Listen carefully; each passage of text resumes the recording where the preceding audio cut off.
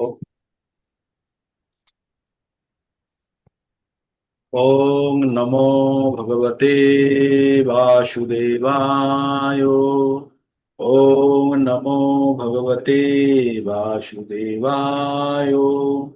ওম নমো ভগবতে বাসুদেবায়। ওম অজ্ঞানতিমিরন্ধস্য জ্ঞানাঞ্জনশলাকয়া চক্ষুरुन्मीलितं येन तस्मै শ্রী গুরুবে নমঃ। হরে কৃষ্ণ। তো আজকে আবার একটা নতুন দিন, নতুন সেশন, নতুন ক্লাস। কিন্তু আজকে আমরা 6 নম্বর অধ্যায় শেষ করব। আর আজকে আমরা আর একটা জিনিস করব, যে ওই 13 নম্বর 14 নম্বর শ্লোকটা দেওয়া আছে পঠন করার জন্য কমপক্ষে 3 থেকে 4 জন রেডি থাকবেন, যে আমরা সেটিকে আজকে ইনকর্পোরেট করব। হ্যাঁ, তো আমরা ভগবত গীতা থেকে কি জানতে পারি? ভগবত গীতা ভগবানের মুখনিসৃত বাণী। প্রচুর শ্রদ্ধা সহকারে যখন আমরা ভগবত গীতাকে গ্রহণ করি, তখনই আমরা তার মর্মার্থ বুঝতে পারি। আর ভগবত গীতা কিসের জন্য? আমাদের জীবন, আমাদের বর্তমান যে মনুষ্য জীবন আছে, এই জীবনে আমরা ভগবত গীতার প্রকৃত জ্ঞান অর্জন করে আমাদের জীবনে যেন ওটাকে প্রয়োগ করতে পারি, তবে আমাদের জীবনের প্রকৃত সার্থকতা। একটা নতুন টিভি বা ফ্রিজ কিনে আনলে আমরা তার সঙ্গে একটা বুকলেট পাই, তাই না? ওই বুকলেটটা খুলে আমরা দেখি কিভাবে সেটিং করতে হবে, কিভাবে চালাতে হবে। তেমনই ভগবত গীতা আমাদের জীবনের ম্যানুয়াল। আমাদের জীবনের ম্যানুয়াল। আর সেটির দ্বারা আমাদের জীবন কিভাবে চালিত হবে সেটা আমরা বোঝার চেষ্টা করি, বা সেটা দ্বারা নিয়ন্ত্রিত হয়ে আমরা চলি। ঠিক। তো ভগবত গীতার জ্ঞান আমাদের কেন আমাদের কাছে এসে পৌঁছই না তার কারণ আর শ্রদ্ধার অভাব। আর আর প্রকৃত অর্থে এই জ্ঞান কাদের কাছে সীমাবদ্ধ ছিল? রাজা এবং ঋষিদের কাছে সীমাবদ্ধ ছিল। এই জ্ঞান রাজা এবং ঋষিদের জন্য, সকলের জন্য ছিল না। এরা গেরা নাথুকেরা হিন্দিতে বলে না, সকলের জন্য এই জ্ঞান ছিল না। তো পরবর্তীতে চৈতন্য মহাপ্রভু এবং বিভিন্ন অবতার বা বিভিন্ন দেবতা মানে মহান আচার্য যারা এসছেন এই জগতে, তারা এই জ্ঞানকে আরো সহজ বানিয়ে সকলের কাছে পৌঁছানোর চেষ্টা করেছেন। চৈতন্য মহাপ্রভু বলেছিলেন, পৃথিবীতে আছে যত নগরাদি গ্রাম, সর্বত্র প্রচার হইবে মন নাম। তো ভগবান নিজের নাম প্রচার কেন চাইছে? ভগবান কেন প্রচার চাইছে? কারণ ভগবান স্বয়ং যদি না বলে, তাহলে আমরা কি করে জানবো? আপনি আপনি আপনি বাড়িতে আছেন, একজন নতুন ব্যক্তি আপনার সঙ্গে দেখা করতে এসেছে বাড়িতে। তো সেই ব্যক্তি সম্বন্ধে আপনি কিভাবে জানবেন? সে ব্যক্তিকে জানতে পারবেন যদি তাকে কোনোদিন আগে না দেখেছেন। এবার তার সঙ্গে দেখা করার পরে সে আপনাকে বলল সে সেখানকার ডিএম বা কালেক্টর। তখন আপনার কি মনে হবে? ও ও, আচ্ছা, কালেক্টর। তো প্রথমে আপনি তাকে বিশ্বাস করবেন না, বা বিশ্বাসযোগ্যতার স্তরটাকে আপনি আগে পিছিয়ে করে যেই বুঝে যাবেন, তখন তাকে সর্বোচ্চ সম্মান দেওয়ার চেষ্টা করবেন না তৎক্ষণাৎ। তো অ্যাকর্ডিংলি উনি যদি না তার পরিচয় বলতেন, তাহলে আপনি কি জানতে পারতেন উনি কে? তেমনি ভগবান, ভগবান যদি নিজে না বলেন, তাহলে ভগবানকে কিভাবে জানবো আমরা? অন্য কেউ যদি বলে দেয়, যে ওই যে ব্যক্তি এসছে তার সঙ্গে যে তার অ্যাসিস্ট্যান্ট আছে, সে যদি বলে যে ইনি ডিএম, তখন কিছুটা হলেও আমরা গ্রহণ করে নিই, তাই না? উনি নিজে না বললেও ওনার অ্যাসিস্ট্যান্ট যদি বলে দেন, তাহলে আমরা অ্যাকসেপ্ট করে নিই। তো তেমনি ভগবান যদি স্বয়ং নিজের সম্বন্ধে না বলেন, তাহলে আমরা কি করে জানবো ভগবান? তাই ভগবান ভগবত গীতার মাধ্যমে, বিভিন্ন প্রকার জ্ঞানের মাধ্যমে তিনি তার নিজের সম্বন্ধেও বারবার বলেছেন। আর সেটি আমরা জানতে আমরা শুরু করব 7 নম্বর অধ্যায় থেকে। কাল যখন বা পরশু বা তারপরের দিন যখন আমরা 7 নম্বর অধ্যায় পড়ব, তখন ভগবান নিজের সম্বন্ধে বলা শুরু করবে। হ্যাঁ, ভগবান নিজের সম্বন্ধে বলা শুরু করবে। 7-এ, 9-এ, 8-এ খুব বলবে ভগবান। তখন আমরা ভগবান সম্বন্ধে প্রকৃত জ্ঞান পাবো। কারণ আমরা যে 5টি বিষয় সম্বন্ধে জানতে পারি, ঈশ্বর, জীব, প্রকৃতি, সময়, কর্ম। আহ ঈশ্বর, জীব, প্রকৃতি, সময় এবং কর্ম, এই 5টি বিষয়ের মধ্যে ঈশ্বর সম্বন্ধে আমরা মাঝে মাঝে ছিটেফোঁটা শুনছি, কিন্তু আমরা ঈশ্বর সম্বন্ধে জানতে পারবো 7 নম্বর, 9 নম্বর অধ্যায়ে, 8 নম্বর অধ্যায়ে, 10-এ, 11-তে বিশাল ভাবে আমরা ভগবান সম্বন্ধে জানতে পারবো। তো তার আগে ভগবান যে কথাগুলো বলেছে সেগুলোকে আমাদেরকে গভীর শ্রদ্ধার সঙ্গে গ্রহণ করতে হবে। আর এই ভগবত গীতার জ্ঞান যখন আমাদের কাছে এসে পৌঁছেছে, আমাদেরকে অত্যন্ত ভাগ্যবান ভেবে এই জ্ঞানটিকে প্রথমে গ্রহণ করা, তারপরে আমাদের জীবনে প্রয়োগ করা, এটার আমাদের চেষ্টা করতে হবে। ঠিক আছে? রানু দাস মাতাজি একবার আপনার বোন বা দিদির সঙ্গে কথা বলে নিন। উনি ট্রাই করছিলেন জয়েন করতে, হয়তো পাচ্ছিলেন না আমাদের কল। হ্যাঁ, হরে কৃষ্ণ প্রভুজি। ও বুঝতে পারছে না, বলছে যে হচ্ছে না আমার। আচ্ছা ঠিক আছে, তাহলে যখন প্রোগ্রাম হয়ে যাবে তারপরে একবার চেষ্টা করুন। ঠিক আছে। আচ্ছা। তো হুম। আমরা ভগবদ গীতার আমরা আমরা 6টি অধ্যায় শেষ করে ফেলেছি, শেষের লগ্নে একদম। 6টি অধ্যায়ের মধ্যে শেষের জায়গাটা কোথায়? আমরা ভগবদ গীতাকে মেনলি 3টে সেকশনে ভাগ করা হয়েছে: কর্মযোগ, ভক্তিযোগ এবং জ্ঞান যোগ। কর্মযোগের মাধ্যমে ভাবে আমাদেরকে বিভিন্নভাবে আমরা আমাদের ইন্দ্রিয় সমূহকে নিয়ন্ত্রণ করার কথা বলা হয়েছে। এবার আমরা বারবার একটা কথা বলি, আমাদের প্রধান শত্রু আপনারা জেনে গেছেন, মুখস্থ আপনাদের শত্রুকে চেনেন। আমাদের প্রধান শত্রু হচ্ছে কাম। আর কোথায় লুকিয়ে থাকে সেটাও আপনারা জানেন। কাম লুকিয়ে থাকে আমাদের মনে। বলুন, কাম কোথায় লুকিয়ে থাকে? ইন্দ্র মনে। মন বুদ্ধি। ইন্দ্রিয়, মন আর বুদ্ধি। তো আমরা কর্মযোগের মাধ্যমে আমরা ইন্দ্রিয়কে, জ্ঞান যোগের মাধ্যমে এবং কর্মসন্ন্যাস যোগের মাধ্যমে আমরা ইন্দ্রিয়কে নিয়ন্ত্রণ করার চেষ্টা করেছি। হ্যাঁ, এবার আমরা 6 নম্বরে মনকে নিয়ন্ত্রণ করার চেষ্টা করলাম। আমরা কি বললাম? প্রথমে পড়লাম, মন যদি আপনার নিয়ন্ত্রণে থাকে তাহলে মন আপনার কে?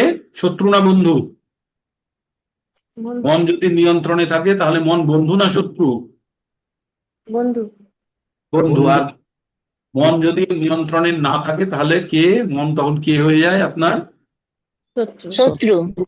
শত্রু। তো এই মন যদি শত্রু হয়ে যায় তাহলে মনকে নিয়ন্ত্রণ করে রাখতে হবে। পাড়ার বড় গুন্ডা, তার সঙ্গে আপনার খুব বন্ধুত্ব আছে, হ্যাঁ? তো আপনার সবসময় মন হয় মাথার মধ্যে থাকে না যে আরে আমাকে কেউ কিছু বললে আমি দেখে নেবো, ও তো আমার বড় বন্ধু, তাই না? কিন্তু ওই বন্ধু যেদিন আপনার শত্রু হয়ে যাবে সেদিন কি হবে? কে বাঁচাবে আপনাকে?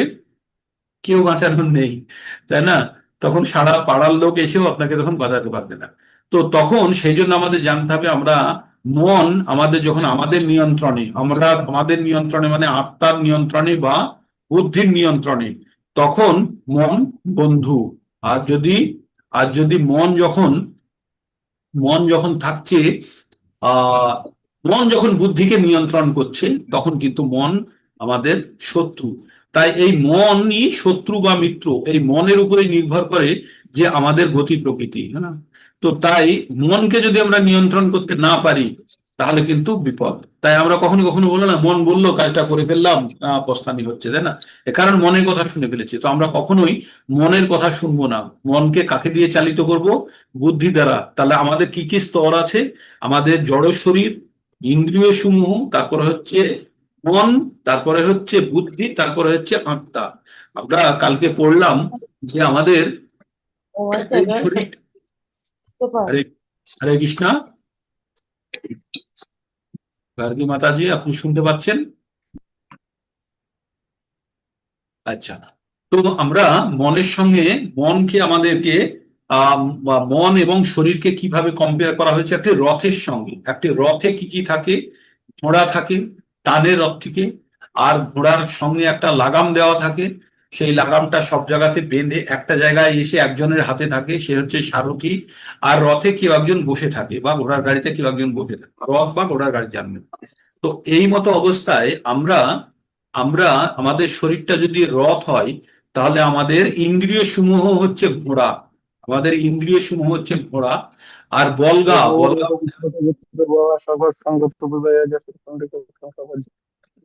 আর বলগা হচ্ছে আমাদের মন, যেগুলো হচ্ছে বা লাগাম যেটা, সেটা হচ্ছে আমাদের মন। আর যে বুদ্ধি হচ্ছে সারথি, যে এই রথটিকে চালায়, সে হচ্ছে সারথি। আর পিছনে যে বসে আছে সে বসে আছে আত্মা। সে বসে আছে আত্মা। তাহলে আত্মা কষ্ট পাবে বা আনন্দ পাবে কিভাবে? যেমন রাস্তা দিয়ে যাবে। এবার ঘোড়া যদি কথা না শোনে, এদিক ওদিক যদি শয়তানি করে, তাহলে বিপদ ঘটিয়ে দেবে। তাই মনের উপরে নির্ভর করছে। মন যদি ঠিকভাবে নিয়ন্ত্রিত না হয় তাহলে আমরা এদিক ওদিকে বিপদে পড়ে যাওয়ার খুব ভয়। তাই মনকে আমাদেরকে সবসময় নিয়ন্ত্রণ করতে হবে। তো মনকে যে নিয়ন্ত্রণ করে ফেলেছে, সে তার আসল কাজটি করে নিয়েছে। বন্ধন প্রভু 1 মিনিট জপা করার তো 1 মিনিট। जय श्री कृष्ण चैतन्य प्रभु नित्यानंद श्री अद्वैत गदाधर शिवासादि गौर भक्त Vasari हरे Bhaktave Krishna Hare Krishna Krishna Balram माता Hare जी, Krishna Krishna Krishna Hare Ram Hare Babita हरे बलराम Hare माता Ram जी, हरे अभी आपका टर्न है। कृष्ण कृष्ण हरे हरे बबीता हरे बलराम माता हरे जी। Ram Ram Ram Hare Hare Hare Hare Krishna Krishna Krishna Hare Krishna Krishna हरे Krishna Ram Hare Hare Ram Hare Ram Ram Hare Ram Ram Ram Ram हरे Hare Hare अनम्यूट कीजिए Hare Babita Krishna माता ji, Hare unmute. Krishna Krishna Ram Krishna Ram Hare Ram Hare हरे Ram हरे Hare Hare Hare Krishna Krishna Krishna Hare Krishna Krishna हरे Krishna Ram Hare Ram Hare Ram Ram Hare Ram Ram Babita Ram माता Hare ji, unmute Hare कीजिए। Krishna Krishna Hare Ram Ram Hare Hare Hare Hare Hare Hare Krishna Krishna Hare Krishna Krishna Krishna Hare Hare Hare Ram Ram Ram Hare Hare Hare Bosho Bosho Hare Krishna Hare Krishna. Hare Krishna Hare Krishna Babita माता ji Hare continue कीजिए, जपा Krishna Hare continue Ram कीजिए। Ram Hare Hare Ram Ram Ram Hare Hare Hare Krishna Krishna Krishna Hare Hare Hare Ram Ram Ram Hare Hare Hare Krishna Babita Krishna माता ji unmute कीजिए। हरे कृष्णा। राम राम राम हरे हरे हरे कृष्ण कृष्ण हरे कृष्ण कृष्ण प्रभु जी। हरे शुरू राम कीजिए माता जी, राम जपा। राम हरे हरे हरे प्रभु जी कृष्ण आज मेरा जपा तो नहीं। कृष्ण हरे हाँ, राम बबीता बलराम माता जी का था, राम आपका तो आपने हरे शुरू किया था। कृष्ण कृष्ण हरे हरे हरे राम राम राम हरे हरे हरे कृष्ण कृष्ण कृष्ण हरे हरे हरे राम राम हरे राम हरे कृष्ण हरे हरे कृष्ण हरे कृष्ण कृष्ण हरे कृष्ण हरे कृष्ण हरे हरे हरे हरे राम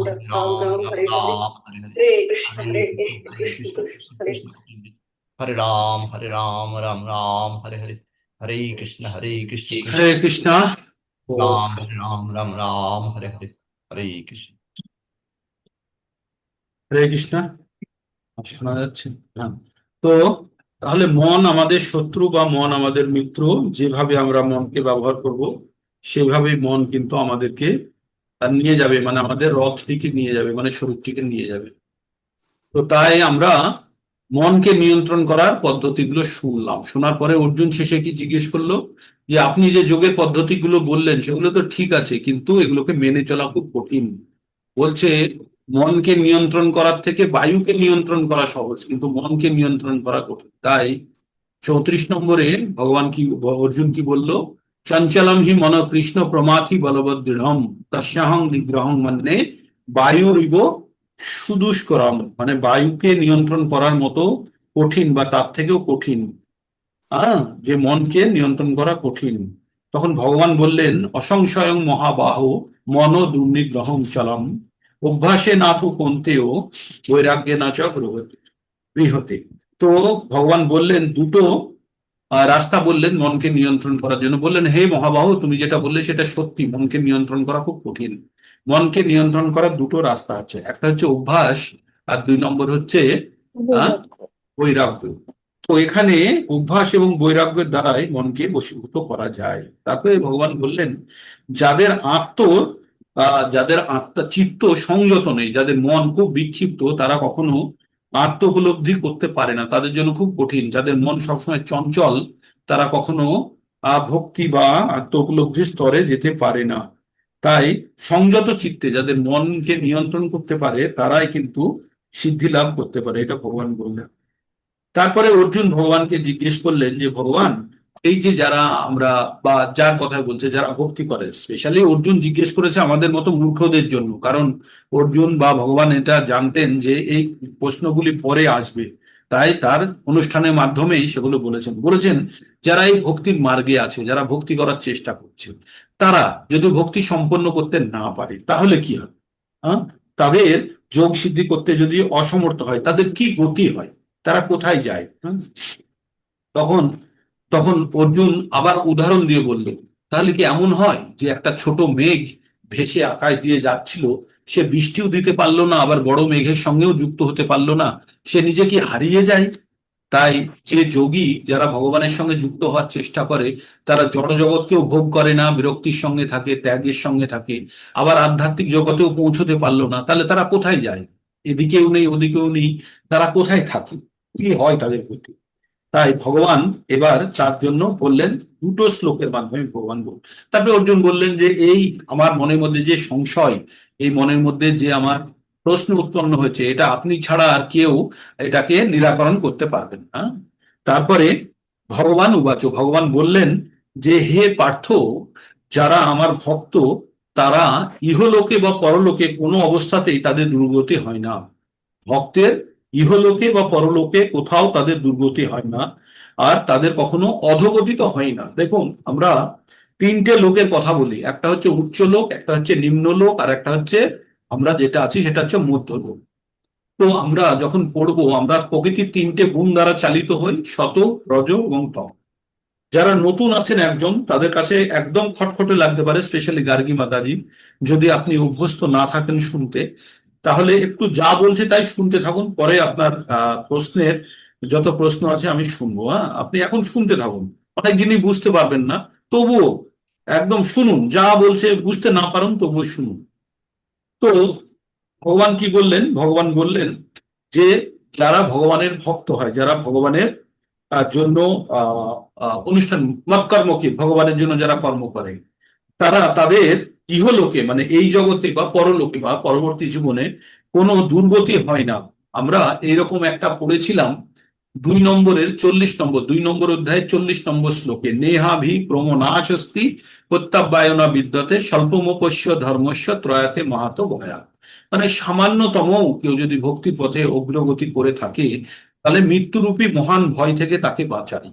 তার মানে এই ভাববেন না যে তার মৃত্যু হবে না, মৃত্যু হবে কিন্তু মৃত্যুর ভয় থাকবে না। যেমন শীতকালে স্নান করতে গেলে আমাদের খুব ভয় থাকে, তাই না, মনের দিকে, যে ঠান্ডা লাগবে, অমুক লাগবে। কিন্তু যখন আপনি জেনে যাবেন যে যেখানে স্নান করতে যাচ্ছেন সেখানে গরম জল আছে, তখন আপনার আর ঠান্ডা লাগার ভয়টা থাকে না। কিন্তু স্নান আপনাকে করতেই হবে। তেমনি আমাদের মৃত্যু আমাদের আসন্ন, আমাদের মৃত্যুবরণ করতেই হবে।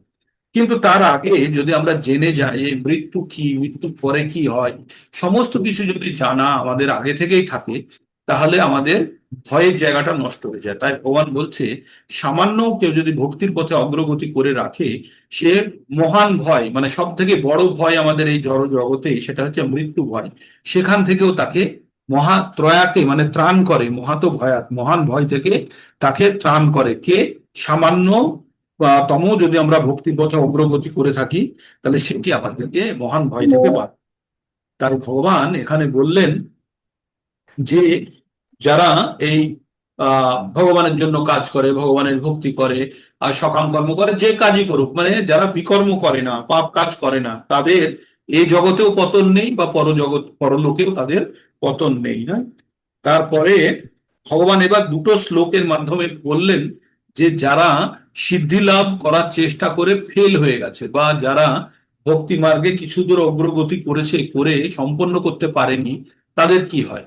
একটা ছোট এক্সাম্পল দিয়ে বলি। আপনারা যদি কলকাতা থেকে দিল্লি যান, যেতে যেতে আসানসোলে নেমে গেলেন ট্রেন থেকে, তো পরবর্তীতে আপনাকে আর আসানসোল থেকে কলকাতায় ফেরত আসতে হবে না, আপনি আসানসোল থেকে দিল্লি চলে যেতে পারবেন। তার মানে আপনার দূরত্বটা তখন কিন্তু কম হয়ে গেল, 200 কিলোমিটার আপনার যাত্রা কম হয়ে গেল। কলকাতা থেকে যদি 1440 কিলোমিটার হয়, তখন আপনার কাছে 1240 কিলোমিটার যাত্রা বাকি থাকলো। তাই বলছে যে এই জগতে যতখানি যারা ভক্তির কাজ করে রাখলো, যদি এই জীবনে যদি সম্পূর্ণরূপে যদি সিদ্ধি লাভ করতে বা পরম আহ স্থান বা মুক্তি না পেয়ে থাকে, তাহলে পরবর্তী জীবনে এই জীবনে যেখানে শেষ করলো, পরবর্তী জীবনে সেইখান থেকে শুরু হবে। তাহলে আপনারা এই যে ভক্তির পথে অগ্রগতি যেটা করে যেখানে রাখলেন, পরবর্তী জীবনটা সেখান থেকেই শুরু হবে। তাই বলছে যে প্রাপ্য পুণ্য কিতাং লোকানুস্থিতা শাশ্বতী সমা, এই যে জড়জগতে বিভিন্ন ধরনের কাজ করেছেন, তার জন্য যে পূর্ণ করেছেন বা ভক্তির ফলে আপনাদের যে সঞ্চয় হয়েছে, সেটা কি হবে, সেই জন্য উচ্চ গ্রহ লোকে অনেক দিন ধরে সুখ ভোগের একটা সুযোগ থাকবে। এই কথাগুলি কে বলছে? এগুলো বইতে লিখেছে কোনো অথার বলছে না, এই কথাগুলো হচ্ছে ভগবানের মুখনিসৃত। তাই গভীর শ্রদ্ধা সহকারে আমাদের এই কথাগুলিকে গ্রহণ করতে হবে। ভগবান কি বললেন?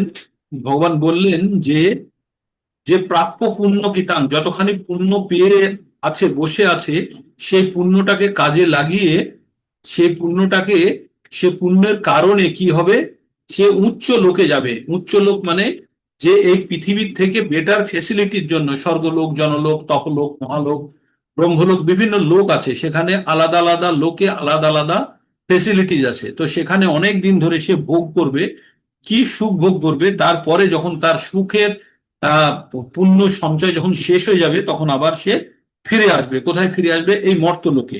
এবার মর্তলোকে ফিরে এসে কোথায়? একে রাস্তা রাস্তা ঘুরে বেড়াবে, প্ল্যাটফর্মে থাকবে, আসানসোলে গিয়ে নেমে পড়ে তারপরে কোথায় থাকবে? না, বলছে 5 স্টার হোটেলেই থাকবে। কেমন 5 স্টার হোটেল? এখানে বলছে সুচিনাং শ্রীমতাং গেহে, মানে সুচিনাম কোনো পবিত্র পরিবারে জন্মগ্রহণ করবে। পবিত্র পরিবার বলতে এখানে কোনো উচ্চ কোটির প্রকৃত ব্রাহ্মণ পরিবার বা প্রকৃত বৈষ্ণব পরিবারের কথা বলা হয়েছে, ঠিক আছে।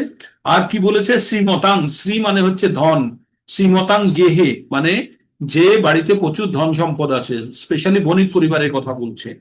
আর গেহে যোগ ভ্রষ্ট অভিজায়তে, এই যে যোগ করতে করতে যারা শেষের টুকু বা যোগ করতে করতে যারা পিছিয়ে পড়েছে বা কাজ কমপ্লিট করতে পারেনি, তাদের এই দশা হবে। তাহলে তাদের কি দশা হবে? তারা যতক্ষণে পুণ্য অর্জন করেছে সেই পুণ্যটা অনেক দিন ধরে ভোগ করবে।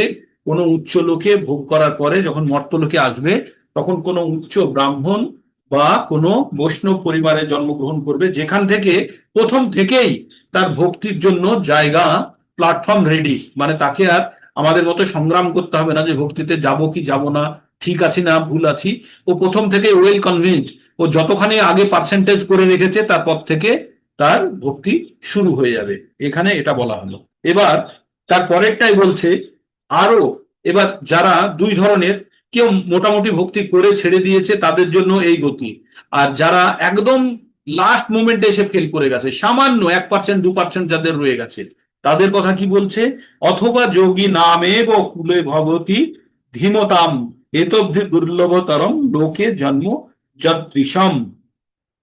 তো বলছে যে অথবা যোগী নামেব কুলে ভবতি ধীমতাম, মানে ওই যে শেষ মুহূর্তে ছোট একটু যার রয়ে গেছে, সে কি বলছে? যে কোনো যোগী কুলে, মানে একদম প্রকৃত রূপে যে বাড়িতে একদমই মানে ভগবত ভক্তি ছাড়া আর কিছু নেই, সেরকম গৃহে সে জন্মগ্রহণ করবে। আর এই রকম জন্ম অত্যন্ত দুর্লভ প্রকৃতির। এরকম এরকম জন্ম খুব খুব কমই হয়। মানে ওই কালকে বলছিলেন না যে ওই ভগবত বলে বাচ্চাটা যেমন জন্মগ্রহণ করার আগে থেকেই বুঝিও ভগবত ভক্তি করতো, তো সেই রকম এইরকম জন্মগ্রহণ অত্যন্ত দুর্লভ। এইবার অর্জুন ভগবান তারপরে বলছেন, কি বলছে? তত্র তং বুদ্ধি সংযোগং লভতে পূর্বদৈহিকম যততে চ তত ভূয় সংসিদ্ধ কুরু নন্দন। খুব গুরুত্বপূর্ণ কথা বলেছে এখানে। তত্র তং বুদ্ধি সংযোগং লভতে পূর্বদেহিকম যততে চ তত ভূয় সংসিদ্ধ কুরুনন্দন। বললেন হে কুরুনন্দন, কুরুনন্দন মানে হচ্ছে অর্জুনকে বলছে, এই প্রকার জন্মগ্রহণ করার ফলে পূর্ব জন্মকৃত পারমার্থিক চেতনায় বুদ্ধি যোগ লাভ করে সিদ্ধির জন্য পুনরায় যত্নবান হন। কারণ তাদের পূর্ব জন্মের অনেক কিছু করা আছে। তো আপনারা আমরা যারা এখানে আছি, আমরা যদি সিরিয়াসলি, আমরা যারা যারা অফার নিয়ে নিয়েছেন 31 অফার, বা যারা নেননি বা সিরিয়াসলি ভক্তি করছেন, তারা একটা জিনিস তো নিশ্চিত, একদম নিশ্চিত থাকুন যে পতন তো আর হবে না। মানে মনুষ্য জীবনের নিচে তো কোনো অবস্থাতেই যাবেন না, পতন তো একদমই থেমে গেছে, ঠিক আছে, পতন নেই। আমরা একটা শ্লোক পড়ি না, ঊর্ধ্বং গচ্ছন্তি শতস্তা মধ্যম তিষ্ঠতি রজসা জঘন্য গুণ ভিত্তিস্থ অধ গচ্ছন্তি তমসা। 17 নম্বর অধ্যায়ের, এই 14 নম্বর অধ্যায়ের এটি 17 নম্বর শ্লোক, ঠিক। তো সেখানে বলছে যারা শতগুণে থাকে তাদের ঊর্ধ্বগতি হয়, যারা রজগুণে থাকে তাদের এই পৃথিবীতে জন্ম হয়, আর তমগুণে যারা থাকে তাদের অধোগতি হয়, পশু বা নিম্ন লোকে। ওই যে আতাল পাতাল সুতল বিতল তলাতল রসাতল মহাতল, এই যে তলগুলি আছে সেগুলি কোনো একটিতে জন্ম হয়। একটা জিনিস জানবেন, এই ভূলোকের নিচে যতগুলো লোক আছে সবগুলো কষ্টকর, সব জায়গাতে কষ্ট বেশি। আর ভূলোকের উপরে যে যতগুলো লোক আছে, গ্রহ লোক আছে, সেইগুলোতে আর সুখ বেশি, ঠিক। আমরা এমনকি আমাদের এই জগতের মধ্যেও আমরা বিভিন্ন লোক দেখতে পারি, বস্তিতে লোককেও দেখতে পারি, আবার আমরা আম্বানির মতো লোককেও দেখতে পারি। তো আমাদের এই জগৎকে যদি আবার সেইভাবে বিভক্ত করি, তাহলে এখানেই স্বর্গমর্ত পাতাল সবই খুঁজে পাওয়ার চেষ্টা করতে পারি, মানে আজ এক্সাম্পল। কিন্তু প্রকৃতপক্ষে এখানে সে কথা বলা হয়নি, এখানে বলা হয়েছে প্রকৃত লোকের কথা বলা হয়েছে, উচ্চ লোক বা নিম্ন। তো তাহলে কি হচ্ছে যে এই যে যারা এই রকম জন্মগ্রহণ করছে কারা? কারণ পূর্ব জন্মে যে ভালো কাজ করেছে তার ফলস্বরূপ তারা এই জীবনে একটা ভালো প্ল্যাটফর্ম পাবে। আর প্রথম ওই জীবনে যতখানি কাজ করে রেখেছে সেই স্বীকৃতি অনুসারে এই জীবনে পুনরায় সে ভক্তি মার্গে যাবে। একটু তাৎপর্য পড়ে নি। পূর্বজন্মের স্বীকৃতি অনুসারে, হরে কৃষ্ণ, পূর্বজন্মের স্বীকৃতি অনুসারে সৎ ব্রাহ্মণ কুলে জন্মগ্রহণ করে পারমার্থিক চেতনার বিকাশ করা খুব সুন্দর দৃষ্টান্ত আমরা দেখতে পাই মহারাজ ভরতের মাধ্যমে। ভাগবতমের মধ্যে মহারাজ ভরতের স্টোরি আছে। ভরত ছিলেন শশাগরা পৃথিবীর অধীশ্বর এবং তার সময় থেকে দেবতাদের কাছে এই গ্রহটি ভারতবর্ষের নামে পরিচিত ছিল। পূর্বে এটির নাম ছিল ইলাবৃত বর্ষ। পারমার্থিক সিদ্ধিলাভ করার জন্য ভরত মহারাজ খুব অল্প বয়সে সংসার ত্যাগ করেন। তিনি সিদ্ধিলাভ করতে অক্ষম হন। পরবর্তী জীবনে তিনি এক সৎ ব্রাহ্মণ কুলে জন্মগ্রহণ করেন। কোনো মানুষের সঙ্গে মেলামেশা করতেন না বলে আর কারোর সঙ্গে কথা বলতেন না, সেই জন্য তাকে জড় ভরত বলা হতো। পরবর্তীকালে মহারাজ মহারাজ রহুগণ তাকে পরম ভগবত নামে চিনতে পারেন এবং তার জীবনের মাধ্যমে এটি বুঝতে পারা যায় যে পারমার্থিক সাধনা বা যোগ সাধনা কখনোই বিফলে যায় না। ভগবানের কৃপার ফলে পারমার্থিক সাধকেরা কৃষ্ণ ভাবনা সিদ্ধি লাভ করার জন্য বারবার সুযোগ পান। মানে এই বছরে পড়াশোনা করলেন, কোনো কারণে পেপার হার্ড এসছে বা পরীক্ষা খারাপ হয়ে গেল, পেপারে ফেল হয়ে গেল, আবার কম্পার্টমেন্টাল দেওয়ার সুযোগ থাকছে। ঠিক তার জন্য আবার তাকে আর প্রাইমারিতে ভর্তি হয়ে মাধ্যমিকের পরীক্ষা দিতে হবে না। সে পুরো 10-এরই আর 9খানা পেপার দিতে হবে না তাকে, শুধু 10ম নম্বর পেপারটা যেটাই ফেল করেছে সেটা দিলেই সে উদ্ধার হয়ে যাবে। ঠিক তো তেমনি যারা যোগী মানে এই জীবনে সিদ্ধির জন্য চেষ্টা করতে করতে যারা ফেল হয়ে গেল, তারা পরবর্তী জীবনে আবার একটা বেটার অপরচুনিটি পাবে, যাতে তাকে কোনো ধরনের সংগ্রাম না করেই সে সম্পূর্ণরূপে আবার বাকি কাজটুকু সম্পন্ন করতে পারে। তারপরে কি বলছে 44-এ, পূর্বাভ্যাসেন তেনৈব হ্রিয়তে হি অবশোপি স জিজ্ঞাসুরপি যোগস্য শব্দ ব্রহ্মাতি বর্ততে। পূর্বাভ্যাসেন তেনৈব হ্রিয়তে হি অবশোপি স জিজ্ঞাসুরাপি যোগস্য শব্দ ব্রহ্মতি বর্ততে। বলছে পূর্ব জন্মের অভ্যাসের ফলে স্বাভাবিকভাবেই যোগ সাধনের প্রতি আকৃষ্ট হয়। এই প্রকার যোগ শাস্ত্রের জিজ্ঞাসু পুরুষ শাস্ত্রোক্ত সকাম কর্ম মার্গে অতিক্রম করেন এবং সকাম কর্মের মার্গে প্রদত্ত ফলের থেকে উৎকৃষ্ট ফললাভ করেন। তার মানে কি বলছে, পূর্ব জন্মের অভ্যাস, এই যে আমরা বিভিন্ন জন বিভিন্ন তাহলে ঘরে জন্মগ্রহণ করি, আমরা বলি না কেউ রাজার ঘরে জন্মগ্রহণ করে, কেউ ভিখিরির ঘরে জন্মগ্রহণ করে, আবার কেউ বলে যে আমরা এই পৃথিবীতে যে কর্ম করেছি এই পৃথিবীতেই ভোগ করতে হবে। যদি কর্ম এই পৃথিবীতেই ভোগ করতে হয় তাহলে জন্মগ্রহণটা কে ডিসাইড করলো, তাই না? আগেকার তো কিছু তো থাকতেই হবে। তো আমরা আগেকার যেটা নিয়ে আসি সেটাকে বলে প্রারব্ধ, আর যেখান থেকে নিয়ে আসি সেখানে আছে সঞ্চিত। আমাদের অনেক পাপ এবং পুণ্য সঞ্চয় করে রাখা আছে দুটো ড্রামে, একটাতে আছে পাপ আর একটাতে আছে পুণ্য। আমরা যখন এই জীবন প্রাপ্ত করেছি বা চেয়ে নিয়েছি, তখন আমরা স্বেচ্ছায় কতখানি পুণ্য সুখ ভোগ করবো আর কতখানি কষ্ট করব আমরা ওখান থেকে চেয়ে নিয়ে এসেছি। তাই বর্তমানে যদি আমাদের কোনো কষ্ট থাকে, দুঃখ থাকে, জানবেন সেটা আপনি চেয়েছেন যে আপনার ধার শোধ করার জন্য। মানে আমাদের পাপগুলো হচ্ছে ধার আর পুণ্যগুলো হচ্ছে আমরা কারোর থেকে পাবো বা সঞ্চয়। ঠিক তো আমাদের ধার যদি থাকে কোনো না কোনো ভাবে আমাদেরকে শোধ করতে হবে। আর এখানে পাপ আর পুণ্যে ক্যান্সেলেশন হয় না। পাপের জন্য আমাদেরকে কষ্ট ভোগ করতে হবে আর পুণ্যের জন্য আমরা সুখ ভোগ করবো।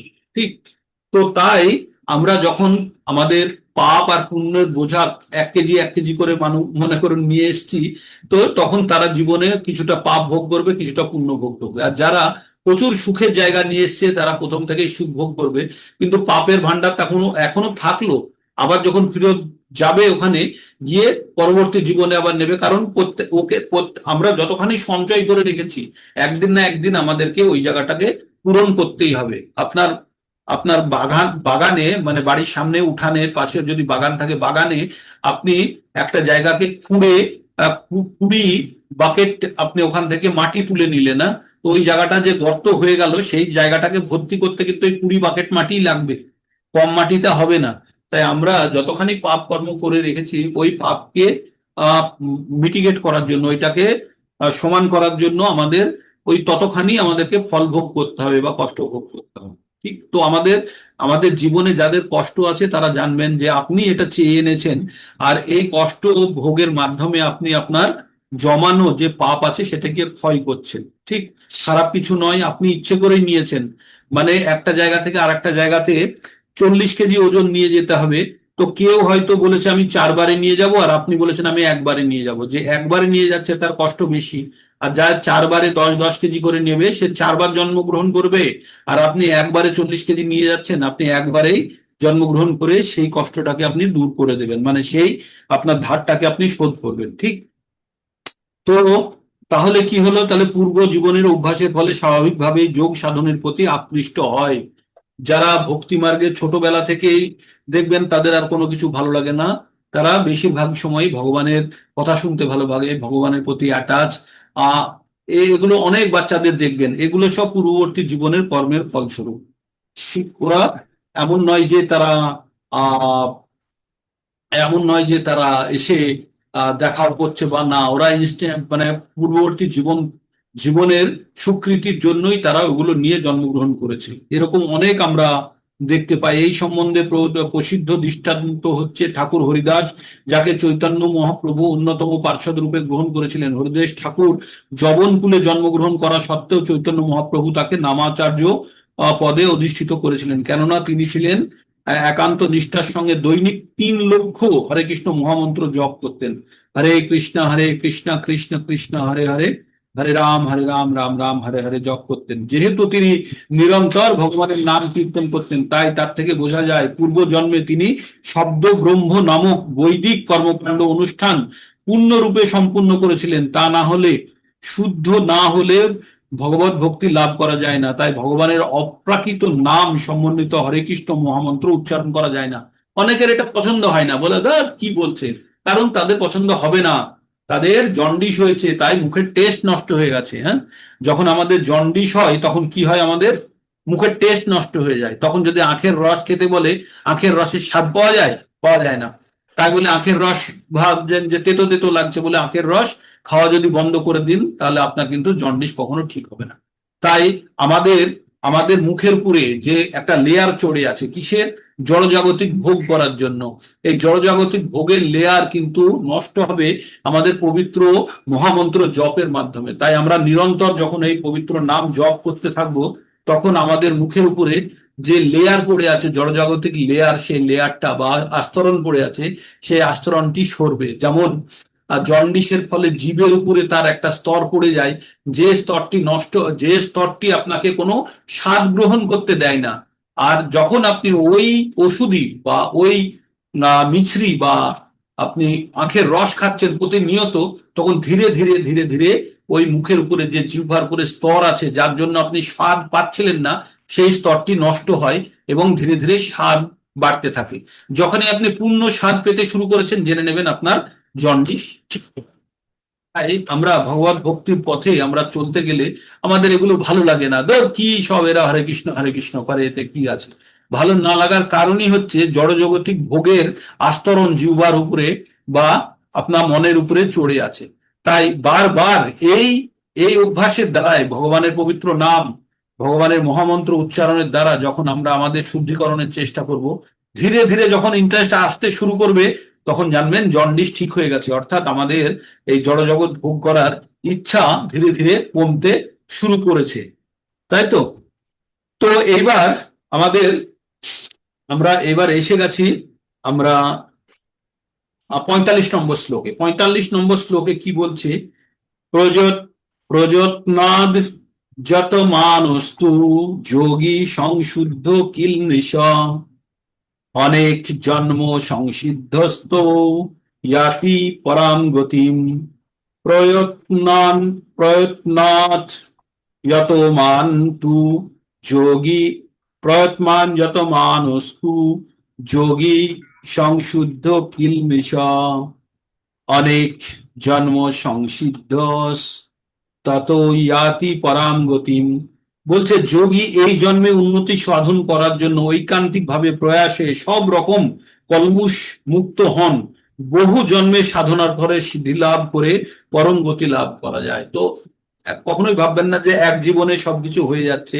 হয়তো এই জীবনে আমরা যতখানি এগিয়ে রাখলাম, পরবর্তী জীবনে সেখান থেকে শুরু করব, বা গত জীবনে আপনারা যেখানে যতখানি এগিয়ে রেখেছিলেন তারপরের থেকে আমরা এই জীবনে শুরু করেছি।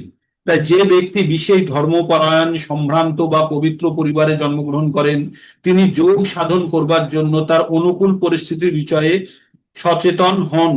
তিনি দৃঢ় সংকল্পের সঙ্গে তার অনেক অসম্পূর্ণ সাধনাকে পূর্ণ করতে প্রয়াসী হন। এভাবে সমস্ত জড় কলুষ থেকে সম্পূর্ণভাবে মুক্ত হন। তখন তিনি সমস্ত জড় কলুষ থেকে সম্পূর্ণ মুক্ত হন। তিনি সর্বোচ্চ সিদ্ধি এই কৃষ্ণ ভাবনামৃত লাভ করেন। সমস্ত কলুষ থেকে মুক্ত হওয়ার ফলে এই স্তরটিকে বলা হয় কৃষ্ণ ভাবনামৃত। তাই একটি শ্লোকের মাধ্যমে বলা হচ্ছে, যে সমস্ত ব্যক্তির পাপ সম্পূর্ণভাবে শেষ হয়ে গেছে সে দৃঢ়ভাবে ভগবানের ভজনায় নিযুক্ত হতে পারে। আপনারা জানবেন, যখন আপনাদের পাপের ঝোলা থেকে সব পাপ গুগুর গুগুর করে বেরিয়ে পড়ে গেছে, ফুটো হয়ে গেছে এখন, তো ভগবত ভক্তির মাধ্যমে কি হয়, আমাদের পাপের ঝোলাটাই ছেদ হয়ে যায়।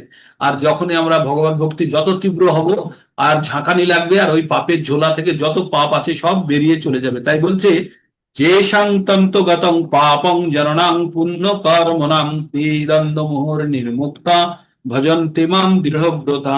বলছে, যার যার পাপ সম্পূর্ণভাবে শেষ হয়ে গেছে, কাদের মতো, পুণ্যবান মানুষদের মতো যার পাপ সম্পূর্ণভাবে শেষ হয়ে গেছে, তার মনের মধ্যে থেকে দ্বন্দ্ব আর মোহ একদম নষ্ট হয়ে গেছে, সে দৃঢ়ভাবে ভগবানের ভজনায় নিজেকে যুক্ত করতে পারে। তাহলে ভগবত ভক্তি কারোর ভালো লাগে না? ভালো লাগে। বেশিরভাগ লোকের 99% লোকের ভালো লাগে না। তাহলে কি করবো? এ খাওয়া দাওয়া এরা কি করে, এরা এই খায় না সেই খায় না, এদের এত রেস্ট্রিকশন, এর থেকে আমরা স্বাধীন জীবন শান্তিতে জীবন কেটে যাচ্ছে, কাটছে না, নষ্ট হচ্ছে। আপনারা যদি ভাবেন যে এইভাবে আমাদের খুব ভালোভাবে জীবন কেটে যাচ্ছে, না, আমাদের সুযোগের অপব্যবহার হচ্ছে। পরীক্ষার হলে গিয়ে কেউ যদি ভাবে যে আমি পরীক্ষার হলের মধ্যে বসে এয়ার কন্ডিশনের মধ্যে আরাম করছি, না, আরাম করছে না, আমরা মূল্যবান সময় নষ্ট করছি পরীক্ষার হলে, তাই না? ওখানে এয়ার কন্ডিশনের মধ্যে বসে যদি ভাবি যে আরামে তো বসেই আছে, কি দরকার লেখার? যদি কারোর মনের মধ্যে হয়, তাহলে তার ফল কি হবে? পরীক্ষার অবধারিত সে ফেল, তাই না, যদি না লেখে। তো সেই রকম আমরা যদি এই মানব জীবনে থেকে যদি আমরা জীবনের মাহাত্ম্য জেনেও যদি ভাবি যে কেন করব, আমাদের জীবনের উদ্দেশ্যই যদি আমরা ঠিকভাবে জানতে না পারি, তাহলে ঠিক আছে, সে বোকার মতো বলবে যে পরীক্ষার উদ্দেশ্য জানে না, সে এয়ার কন্ডিশন ঘরের হাওয়া খাবে।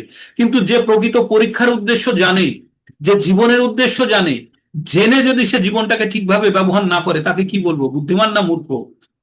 তো আমরা সব মূর্খ, আমরা সব মূর্খ পণ্ডিত, যারা আমরা আমরা আমরা জীবনের উদ্দেশ্য জানি না, যতটুকু জেনেছি সেটাকে ঠিকভাবে ব্যবহার করি না।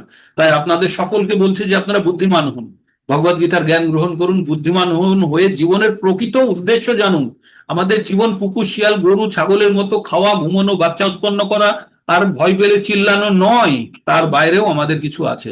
এই মনুষ্য জীবন অত্যন্ত দুর্লভ, আর এই দুর্লভ জীবনকে সঠিক পথে যদি আমরা চালিত করে যদি ব্যবহার না করি, তাহলে আমাদেরকে মূর্খই বলা হবে, তাই না? তাহলে আর কুকুর, শিয়াল, বিড়ালের মধ্যে আর আমাদের মধ্যে কোনো পার্থক্য থাকবে না। তাই আমাদের কি করতে হবে, যে জন্ম জন্মান্তরের বহু পুণ্যকর্মের ফলে যখন কেউ পাপ এবং জড়জগতের মোহময় দ্বন্দ্ব থেকে সম্পূর্ণভাবে মুক্ত হন, তখন তিনি দৃঢ় সংকল্পের সঙ্গে ভগবানের সেবায় যুক্ত হন। আর এইভাবে যখন ভগবানের সেবায় যুক্ত হন, তখন ভগবান কি করে জানেন? তেষাং সতত যুক্ত নাম ভজতাং প্রীতিপূর্বকাম দদামি বুদ্ধি যোগম তাম ইয়ানুমায়ু পায়ন্তিতে। ভগবান তাকে তখন কি দেন? বুদ্ধি দেন। আর এই বুদ্ধির দ্বারা সে যেন ভগবানের কাছে ফিরে যেতে পারে। তার মানে আমাদের তাহলে কি করতে হবে? আমাদেরকে পাপ মুক্ত হতে হবে। আমাদের পাপ মুক্ত হতে গেলে কি রাস্তা? কি? ভগবানের শরণাগতি লাভ করা।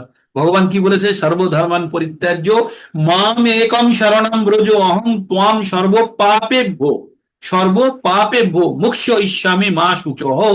বলছে তুমি সর্বতভাবে আমার আমার আমার আমার কাছে সমর্পিত হও, সমস্ত ধরনের কাজ ত্যাগ করে, ধর্ম ত্যাগ করে তুমি আমার কাছে সমর্পণ করো, আমি তোমার সমস্ত পাপ থেকে তোমাকে আমি মুক্ত করে দেব। তো এটা আমরা পরে পড়বো, এটার পুরো উদ্দেশ্য পড়বো। এইবার আমরা কি কি ধরনের আমাদের যে বিভিন্ন ধরনের তপস্বী যোগী, তাদের এবার ডিগ্রি বলছে কে কোনটা কি ধরনের যোগ ভালো। হ্যাঁ, এবার আমরা পড়বো তপস্বিভ্য তপস্বিভ্য অধিক যোগী জ্ঞানভ্যোপি মতা অধিকো কর্মভ্যোশ্চাধিক যোগী তস্মাৎ যোগী ভবার্জুন। কি বললেন? তপস্বিভ্য অধিক যোগী, মানে তপস্বীদের থেকে যোগী ভালো। জ্ঞানীভ্য অপি মতাধিক, জ্ঞানীদের থেকেও যোগী ভালো। কর্মাভ্যোশ্চাধিক যোগী, যারা কর্মী তাদের থেকেও যোগী ভালো। তস্মাৎ যোগী ভবার জন্য, তাই তুমি অর্জুন যোগী হো। তাহলে তপস্বীদের থেকে যোগী ভালো, জ্ঞান যোগীদের থেকে ভক্তি যোগী ভালো, কর্মযোগীদের থেকেও ভক্তিযোগ ভালো। তাই বলছে যোগী তপস্বীদের চেয়ে শ্রেষ্ঠ। তারা যোগীরা তপস্বীদের চেয়ে শ্রেষ্ঠ, জ্ঞানীদের থেকে শ্রেষ্ঠ, সকাম কর্মীদের থেকেও শ্রেষ্ঠ। তার মানে তপস্যা থেকে, জ্ঞান যোগের থেকে এবং সকাম কর্ম থেকে, এই তিনটে যোগের থেকে শ্রেষ্ঠ কি? যোগী। যোগী মানে ভক্তি যোগের কথা বলছে এখানে। অতএব হে অর্জুন, তুমি সর্ব অবস্থাতে তুমি যোগী হও। শুনুন এবার এখানে, যোগের অর্থ পরম তত্ত্বের সঙ্গে চেতনার সংযোগ। কারণ যোগের অর্থ পরম তত্ত্বকে, পরমেশ্বর, আর চেতনা মানে আমাদের আত্মার আর সংযোগ। বিভিন্ন অনুশীলনকারীরা বিশেষ করে বিভিন্ন পন্থা অনুসারে এই যোগকে বিভিন্ন নামে অভিহিত করা হয়েছে। কর্মের মাধ্যমে যখন চেতনাকে, কর্মের মাধ্যমে যখন আত্মাকে পরমাত্মার সঙ্গে যুক্ত করার চেষ্টা করা হয় তখন তাকে বলা হয় কর্মযোগ। কর্মযোগ কাকে বলে? যখন কর্মের মাধ্যমে আত্মা পরমাত্মার সঙ্গে যুক্ত হতে চায় তাকে বলে কর্মযোগ। পরীক্ষা নিরীক্ষা এবং গবেষণার মাধ্যমে তাকে বলা হয় জ্ঞান যোগ। যারা পরীক্ষা নিরীক্ষা গবেষণার মাধ্যমে ভগবানের সঙ্গে যুক্ত হওয়ার চেষ্টা করে তাকে বলে জ্ঞান যোগ। আর ভক্তির মাধ্যমে যখন ভগবানের সঙ্গে যুক্ত হওয়া, সংযোগ স্থাপনের চেষ্টা করা হয় তাকে বলা হয় ভক্তি যোগ। সমস্ত যোগের চরম পরিণতি এবং পূর্ণতা হচ্ছে ভক্তি যোগ। মানে কর্মযোগী, জ্ঞান যোগী পরবর্তীতে এসে ভক্তি যোগেই কিন্তু এসে পৌঁছবে। এখানে এখানে ভক্তিযোগ বা কৃষ্ণ ভাবনা, সেই কথা পরবর্তী শ্লোকে বলা হয়েছে।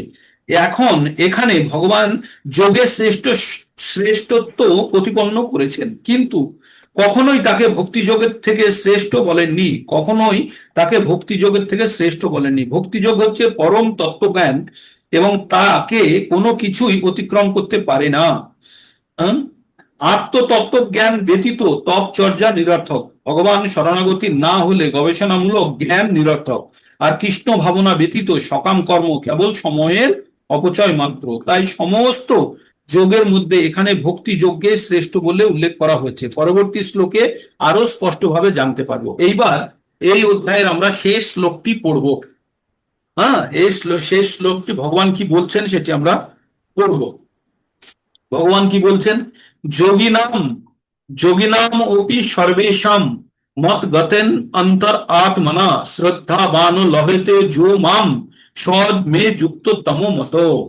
বললেন যোগিনাম অপি সর্বেশাম মত গতেন অন্তর আত্মনা শ্রদ্ধাবান ভজতে যো মাম স্বামী যুক্ত তমো মতঃ। বললেন যিনি শ্রদ্ধা সহকারে মত গত চিত্তে মানে ভগবানের মন চিত্ত অর্পণ করে ভগবানের ভজনা করেন, তিনিই সব থেকে অন্তরঙ্গ ভাবে ভগবানের সঙ্গে যুক্ত, তিনিই সমস্ত যোগীদের মধ্যে শ্রেষ্ঠ, সেটি আমার অভিমত। কে বললেন? ভগবান বললেন যুক্ততম মত। তো ভগবান বললেন কি? সমস্ত যোগের মধ্যে শ্রেষ্ঠ হচ্ছে ভগবানের ভজনা করা, মানে ভক্তি যোগের কথা বললো এখানে। এখানে ভজতি কথাটি খুব তাৎপর্য। ভজ ধাতু থেকে ভজতে শব্দটির উৎপত্তি হয়েছে। সেবা অর্থে এই ভজ ধাতু ব্যবহার করা হয়ে থাকে। পূজা করা এবং ভজনা করা দুটি শব্দের অর্থ এক নয়। পূজা করার অর্থ হচ্ছে পূজ্য ব্যক্তিকে অভিবাদন করা বা সম্মান করা, কিন্তু ভজনা করার অর্থ হচ্ছে প্রেম ও ভক্তি সহকারে সেবা করা, কেবল ভগবানের ক্ষেত্রে প্রযোজ্য। তার মানে আমরা ভজনা যেটাকে বলি সেটা ভগবানের সঙ্গেই শুধু যুক্ত। আর প্রেম কার সঙ্গে যুক্ত? ভগবানের সঙ্গে। আর বাকিদের সঙ্গে আমরা যে বলি না তার সঙ্গে প্রেম হয়ে গেছে, অমুক হয়ে গেছে, ওগুলো প্রেম নয়। কি হয়েছে সেটা? কি হয়েছে কেউ বলুন আনমিউট করে। কি সেটা? আনমিউট করুন করে বলুন কিসের দ্বারা যুক্ত? সেটা কামের দ্বারা যুক্ত, ওই কাম বাসনা আসক্তি। কাম। এবার প্রেম কামে কখন কনভার্ট হয়ে যায়? প্রেম কামে কখন কনভার্ট হয়ে যায়? রজগুণের প্রভাবে। একদম ঠিক, রাইট, ভুল হিট করেছেন। রজগুণের প্রভাবে, রজগুণের মোড়কে যদি আপনি প্রেমকে জুড়ে দিন তখন সেটা কামে পরিণত হয়। তাই বলছেন যিনি যত্ন সহকারে মদগত চিত্তে ভগবানের ভজনা করেন তিনিই সব থেকে অন্তরঙ্গ ভাবে ভগবানের সঙ্গে যুক্ত, আর তিনি সমস্ত যোগীদের মধ্যে শ্রেষ্ঠ। বললেন, বলে তারপরে কি বলছেন, ভজনা করে। ভজনা করা মানে হচ্ছে প্রেম পূর্বক ভক্তি সহকারে ভগবানের পুজো করা। বলছে পুজো আপনি যাত্রার করতে পারেন কিন্তু ভজনা ভগবানেরই হবে, ভজনা ভগবানেরই হবে, আর কারোর হবে না। দেবতাদেরও ভজনা হয় না, দেবতাদের পুজো হয়, কিন্তু ভগবানের হয় ভজনা। আর সেটি কি হতে হবে, ভক্তি সহকারে সেবা, মানে ভক্তি সহকারে ভগবানের সেবা করাই হচ্ছে ভজনা, যা কেবল ভগবানের জন্যই প্রযোজ্য। পূজ্য ব্যক্তিকে অথবা দেবতাকে পূজা না করলে মানুষ কেবল শিষ্টাচারহীন বলে পরিণত হয়, কিন্তু ভক্তি ও ভালোবাসার সঙ্গে ভগবানের সেবা না করলে নিন্দনীয় অপরাধ। মানে বলছে দেখুন, আমি ক্লাসে পড়া করলাম না বা আমি কারোর সঙ্গে ঝামেলা মারামারি করলাম না, তাহলে কি আমি ক্লাসে শান্ত হয়ে বসে থাকা মানে কি ভালো ছাত্রের লক্ষণ? না, বোকা ছাত্রের লক্ষণ। মারামারি করলে দুষ্টু, কিন্তু যদি আমি মারামারি না করি, আমি যদি চুপ করে ভদ্রভাবে বসে থাকি, তাহলে কি আমি প্রকৃত রূপে ছাত্রের ভূমিকা নিভাচ্ছি, মানে ছাত্রের ভূমিকা পালন করছি? বলছি না, ছাত্র ভূমিকা হচ্ছে পঠন করা, শান্তভাবে থেকে পঠন করা। তাই আমরা যদি ভাবি যে আমরা অনেক কিছু কাজ করলাম, কারো কোনো ক্ষতি করলাম না, আমরা সাধারণত বলি না আমি কারো অন্যায় করিনি বাবা, শান্তভাবে জীবনটা কেটে যাচ্ছে। না, কাটছে না, আপনি মূল্যবান সময় নষ্ট করে ফেলছেন। একটা ছেলে স্কুলে গিয়ে বসে থেকে সে পড়াশোনা করছে না কিন্তু কারোর সঙ্গে ঝগড়াও করছে না, তাহলে কি সে ভালো ছাত্র? সে তার জীবনের উদ্দেশ্য সাধিত করতে পারলো না? তো তেমনি আমরা আমরা যদি ভাবি যে আমরা কারো ক্ষতিও করলাম না, বাবা নিজের জীবন নিজে আমি কাটিয়ে দিচ্ছি না, আমরা মূল্যবান সময় নষ্ট করে ফেলছি। আমাদের জীবনের বড় উদ্দেশ্য আছে, সেটিকে আমাদেরকে বুঝতে হবে এবং সেই উদ্দেশ্যে ধাবিত হতে হবে। তাই কি বলছে, কিন্তু ভক্তি ও ভালোবাসার সঙ্গে ভগবানের সেবা না করলে তা নিন্দনীয় অপরাধ। তাই বলছে সেই ছেলেটি যদি ক্লাসে চুপ করে বসে থাকে, কারোর সঙ্গে মারামারি ঝগড়া নাও করে, সে ভালো সার্টিফিকেট পেতেও পারে কিন্তু সে পরীক্ষায় পাশ করতে পারবে না, সে ফেল করবেই। তো সেটি তাই বলছে এখানে নিন্দনীয় অপরাধ। প্রতিটি জীবই ভগবানের অপরিহার্য অংশ। আমরা পড়বো মামে বংশ জীবালোকে জীবা ভূতান সনাতন, প্রত্যেকটা জীব ভগবানের সনাতন অংশ। প্রতিটি জীবেরই ধর্ম হচ্ছে ভগবানের সেবা করা, তা না হলে তার অধঃপতন হবে। শ্রীমদ ভাগবতে 11.5.3 সেই সম্বন্ধে প্রতিপন্ন করা হয়েছে। যোগেশাং পুরুষ সাক্ষাৎ আত্ম প্রভবমীশ্বরা ভজন্ত অবজানন্তি স্থানাদ ভ্রষ্টা পতন্তধ। সমস্ত জীবের উৎস আদিপুরুষ ভগবান পরমেশ্বর ভগবানের ভজনা না করে তার কর্তব্যে অবহেলা করে, সে অবধারিত ভাবে ভ্রষ্ট হয়ে অধঃপতিত হবে। কি বললো, যে আমরা যদি ভগবানের ভজনা না করি তাহলে কখনোই ভাববেন না যে আমি কোনো অপরাধ করছি না, করছি। প্রকৃত জ্ঞান অর্জনের পরে যদি আমরা না করি তাহলে তো আমরা অবশ্যই করছি। আমরা যদি এই জ্ঞান অর্জন করে ভগবান সম্বন্ধে জেনে যদি আমরা ভগবানের ভজনা না করি তাহলে আমরা অবশ্যই অপরাধ করছি। এবার একটু শুনুন না, সব ধরনের যোগ সাধনার চরম পরিণতি হচ্ছে ভক্তি যোগ। অন্যান্য সমস্ত যোগের উদ্দেশ্য ভক্তি যোগের মাধ্যমে ভক্তি যোগের স্তরে উন্নীত হওয়া। যোগ বলতে প্রকৃতপক্ষে ভক্তি যোগকে বোঝায়। অন্যান্য সমস্ত যোগ ক্রমান্বয়ে ভক্তি যোগের সঙ্গে যুক্ত হয়। কর্মযোগ থেকে শুরু করে ভক্তি যোগের এই পর্যন্ত পন্থাটি আত্মতত্ত্ব জ্ঞান লাভের একটি সুদীর্ঘ পথ। নিষ্কাম কর্মযোগ থেকে এই পথের শুরু। কর্মযোগের মাধ্যমে যখন জ্ঞান ও বৈরাগ্যের উদয় হয় তখন সেই স্তরকে বলা হয় জ্ঞান যোগ। দৈহিক ক্রিয়াকলাপের মাধ্যমে যখন জ্ঞান যোগের সঙ্গে ধ্যান যোগ যুক্ত হয়, মনকে পরমাত্মার উপর একাগ্র করা হয়, তখন তাহাকে বলা হয় অষ্টাঙ্গ যোগ। আর অষ্টাঙ্গ যোগকে অতিক্রম করে ভগবান শ্রীকৃষ্ণের শরণাগত হওয়াই ভক্তি যোগের পরিণতি। প্রকৃতপক্ষে এই ভক্তি যোগই চরম লক্ষ্য, কিন্তু পুঙ্খানুপুঙ্খ ভাবে ভক্তি যোগের বিশ্লেষণ করার জন্য অন্য সমস্ত যোগ সম্বন্ধে অবগত হতে হয়। তাই যে যোগী প্রগতিশীল তিনি চিরন্তর সৌভাগ্য অর্জনের যথার্থ মার্গে আরূঢ় রয়েছেন। তিনি প্রগতিহীন হয়ে কেউ যখন কোনো এক জায়গাতে স্থির হয়ে পড়ে তখন তাকে সেই বিশেষ স্তরের অনুসারে নাম দেওয়া হয়। কর্মযোগী, জ্ঞানযোগী, ধ্যানযোগী, রাজযোগী, হঠযোগী ইত্যাদি অভিহিত করা হয়, কারণ তারা ওই যোগের মধ্যে আবদ্ধ হয়ে আছে, তারা পরম উদ্দেশ্যের জন্য ধাবিত হচ্ছে না বলে।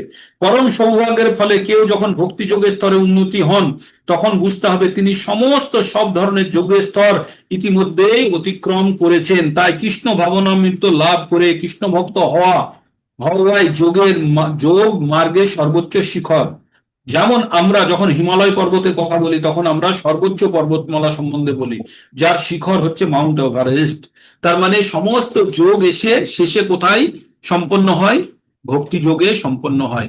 তাই যখন কেউ জ্ঞান যোগী, কর্মযোগী, তারা কিন্তু ওই বারবার জন্মগ্রহণ করার পরে পাল্টাতে শেষে এসে ভক্তি যোগের কোটায় এসে পৌঁছবে। তার মানে আপনারা যদি প্রকৃত অর্থে ভক্তি যোগের নৌকায় যদি চড়ে ফেলেন, আপনারা জেনে রাখবেন আপনারা আস্তিক, আপনারা মা কালীর পুজো করে নিয়েছেন, আপনারা শিবের পুজো করে নিয়েছেন, এবার আপনারা কৃষ্ণ ভক্তিতে এসে গেছেন। আপনারা কর্মযোগের কাজ করে নিয়েছেন, জ্ঞান যোগের কাজ করে নিয়েছেন, হঠযোগের কাজ করে নিয়েছেন, অষ্টাঙ্গ যোগের কাজ করে নিয়েছেন, ধ্যান যোগের কাজ করেছেন, এখন আপনারা ভক্তি যোগে এসে পৌঁছেছেন।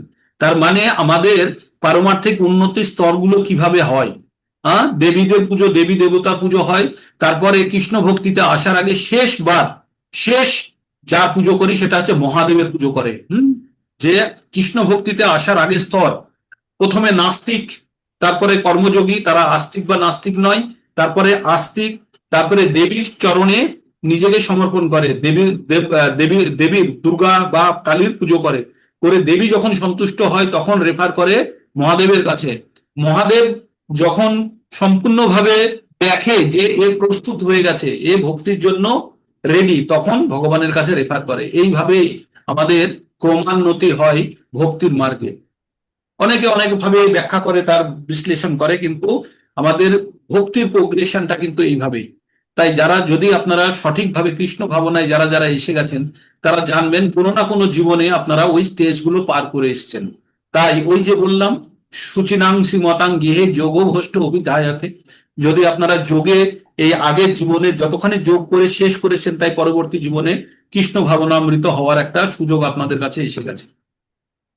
তো এইভাবে আমরা যখন তারপর কি বলছে, অনেক সৌভাগ্যের ফলে মানুষ যখন বৈদিক শাস্ত্রের অনুযায়ী কৃষ্ণ ভাবনামৃত লাভ করে ভক্তি যোগের পথ অবলম্বন করেন, তখন যথার্থ স্তরে স্থিত হয়।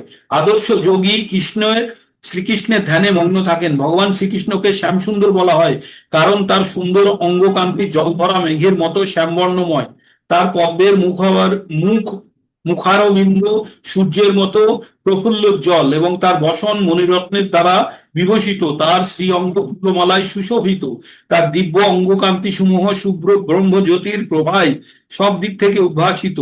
বিভিন্ন স্বরূপে শ্রী রামচন্দ্র, নৃসিংহদেব, বরাহদেব, স্বয়ং পরমেশ্বর ভগবান শ্রীকৃষ্ণ রূপে অবতরণ করেছেন। তিনি মাতা যশোদার নন্দন রূপে সাধারণ মানুষের বহু পরিগ্রহ পূর্বক আবির্ভূত হন এবং কৃষ্ণ, গোবিন্দ, বাসুদেব ইত্যাদি নামে বিহিত হন। তার তিনি আদর্শ সন্তান, আদর্শ পতি, আদর্শ সখা, আদর্শ প্রভু, সমস্ত ঐশ্বর্যে পরিপূর্ণ, অপ্রাকৃত গুণাবলীতে বিভূষিত ভগবানের এই স্বরূপ যিনি সম্পূর্ণভাবে উপলব্ধি করেছেন, তিনি শ্রেষ্ঠ যোগী। যোগের সর্বোচ্চ সিদ্ধির স্তর লাভ হয় ভক্তি যোগের মাধ্যমে, যা বৈদিক শাস্ত্রে প্রতিপন্ন করা হয়েছে। যস্য দেবে পরা ভক্তির যথা দেবে তথা গুরু তস্যতে কথিতা হি অর্থ প্রকাশন্তে মহাত্মনা। যে সমস্ত মহাত্মাগণ ভগবান শ্রীকৃষ্ণ এবং গুরুদেবের প্রতি ঐকান্তিক ভক্তি লাভ করেছেন, তাদের কাছে সমস্ত বৈদিক জ্ঞান সম্পূর্ণভাবে প্রকাশিত হয়। আসলে আমরা যে বৈদিক জ্ঞানের কথা বলি, বৈদিক জ্ঞান ভগবান এক জায়গায় বলছে, বেদ যে ভগবানকে জেনে গেছে সে বেদ পড়ে ফেলেছে। বলছে বেদ পড়ে যদি কেউ ভগবানকে না জানতে পারে, তাহলে তার বেদ পড়া বৃথা। তাই ভগবান বলছে, বেদস্য সর্বে রহমেব বৈদ বেদান্ত কীর্ত বেদ বৈদভি চ অহম।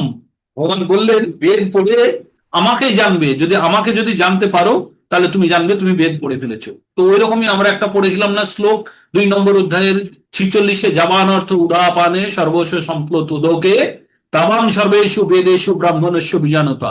ছোট ছোট জলাশয়ে যে কাজ হয় বড় জলাশয় দিয়ে সে কাজ অনায়াসে হয়ে যায়। তাই বলছে বেদ পড়াকে ছোট জলাশয়ের সঙ্গে তুলনা করেছে। আর বেদের জ্ঞান কোথা থেকে এসছে? ভগবানের থেকে এসছে। তাই ভগবানকে যদি কেউ জেনে গেছে সে অটোমেটিক্যালি বেদকে জেনে গেছে। তার মানে আপনার কাছে যদি 100 টাকা থাকে, ওই 100 টাকার মধ্যে কিন্তু 5 টাকা অটোমেটিক লুকিয়ে আছে। তো এই ছিল আমাদের 6 নম্বর অধ্যায়ের মোটামুটি সামারি। তাই ভগবত ভাবনায় আবিষ্ঠা বিষয়ক ধ্যান যোগ নামক ভগবত ভক্ত ভগবত গীতার 6ষ্ঠ অধ্যায়ে ভক্তি বেদান্ত তাৎপর্য সমাপ্ত। তো এই হলো আমাদের ভক্তি যোগের রাস্তা খুলে দিল। কোথায়? এই 7 নম্বর, এই 47 নম্বর শ্লোকে বলে দিল, যোগিনাম অপি সর্বেশাম মদ্গতেন অন্তরাত্মনা শ্রদ্ধাবান লভতে যো মাম স্বমে যুক্ত তম মতা। এইবার ভক্তি যোগের অধ্যায় কাল থেকে শুরু হবে 7 নম্বর চ্যাপ্টার দিয়ে। তো মোটামুটি ধ্যান যোগ আমরা এখানে শেষ করলাম। ধ্যান যোগ শুধু শেষ করলাম না, আমরা পুরো কর্মযোগ শেষ করলাম, মানে 6টি অধ্যায়ের আমরা কর্মযোগ শেষ করলাম। এই হলো আমাদের ছোট বোঝা। যারা নতুন আছেন তাদের জন্য বলি, তারা একদম চিন্তা করবেন না। আপনাদের জন্য 18 দিনের কোর্স ডিজাইন করা আছে, ঠিক আছে? 18 দিনের কোর্স ডিজাইন করা আছে, সেটি আপনারা জানতে পারবেন। কখন আমরা শুরু করব, এখন যতখানি বুঝতে পারছেন বুঝুন। বলুন দীপ্তি শাহ মাতাজি, unmute করে। প্রভু, বিবেকবান পুরুষ, জ্ঞানী আর যোগীর মধ্যে পার্থক্য কি? বিবেকবান পুরুষ হচ্ছে যারা বুদ্ধিটাকে, জ্ঞানটাকে ঠিকভাবে ব্যবহার করে। হ্যাঁ, যারা ভালো মন্দ বুঝতে জানে, ঠিক? যারা ভালো মন্দ বুঝতে জানে এবং যারা সেটাকে ব্যবহার করে, তারা হচ্ছে বিবেকবান পুরুষ। জ্ঞানী যার কাছে জ্ঞানের ভান্ডার আছে, সে ব্যবহারিক প্রয়োগ থাকতেও পারে, নাও থাকতে পারে। একজন ভালো শিক্ষক, প্রচুর জ্ঞান আছে, কিন্তু তার ক্যারেক্টার ঠিক নেই, সে লোকের সঙ্গে ঝামেলা ঝগড়া মারামারি করে। জ্ঞান থাকতে পারে কিন্তু তার ব্যবহারিক প্রয়োগ নেই। আর যোগী যে ভগবানের সঙ্গে যুক্ত হওয়ার জন্য চেষ্টা করছে, সে যোগী। আচ্ছা। মেনলি যোগী আমরা ভক্তি যোগকে যোগী হিসাবে আমরা ধরে নিই। বাকি যোগী, কর্মযোগী, জ্ঞান যোগী, হঠযোগী, অষ্টাঙ্গ যোগী, তাদেরকে যোগী মানলেও সেগুলি শেষ পর্যায়ে এসে ভক্তি যোগে এসে পড়বে। মানে এগুলো সব খাল, বিল, নদী, নালা এসে গঙ্গায় পড়ছে, ঠিক আছে? আর গঙ্গা গিয়ে সমুদ্রে পড়ছে, আর সমুদ্র মানে হচ্ছে ভক্তি যোগ। তো আলটিমেটলি ফাইনালি গিয়ে পড়ছে কোথায়? ভক্তি যোগে। ক্যামেরা অন করুন যারা পারবেন। আর কারো কিছু যদি বলার থাকে তাহলে আপনারা বলতে পারেন, অ্যাড করতে পারেন। রবিবারে 5-এর 22-23 শ্লোক আছে। হ্যাঁ হ্যাঁ, হ্যাঁ, আপনি কোনো কোশ্চেন দেবে না? দিয়েছি তো, তার মধ্যে একটা ছোট লিখন কালকে দিয়েছিলাম হয়তো আপনাদের গ্রুপে। তাহলে আমি আবার গ্রুপে দিয়েছিলাম। রবিবারে কি আছে মাতাজি? পয়েন্ট দিয়ে দিয়েছেন প্রভু, পয়েন্ট দিয়েছেন। রাত্রে পোস্ট করেছিলাম তার নিচেই।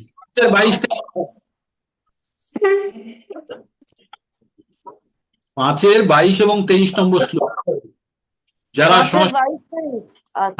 আপনারা সংস্কৃত শ্লোক মাতাজির কাছে ক্লাস করছিলেন তারা তো পড়েই ফেলেছেন না? স্বপ্নতি হইব সরুম পাপ শরীরম বিমক্ষণাৎ কাম ক্রোধ উদ্ভব বেগম সযুক্ত সুখী নর। এটা গেল একটা। আর একটা কি আছে? অন্তবন্ত কুন্তেও নাতেশ্বরমতে বুধা। না প্রভুজি, বলুন। আমাদের 12-র পর হয়েছে 15, 15-র পর এখন 9ম অধ্যায় চলছে। ওটা যেমন, ওটা হচ্ছে কি রকম ভাবে হার্ড হয় তার উপরে নির্ভর করে, ঠিক আছে? লেভেল 1, আমাদের এখন লেভেল 1।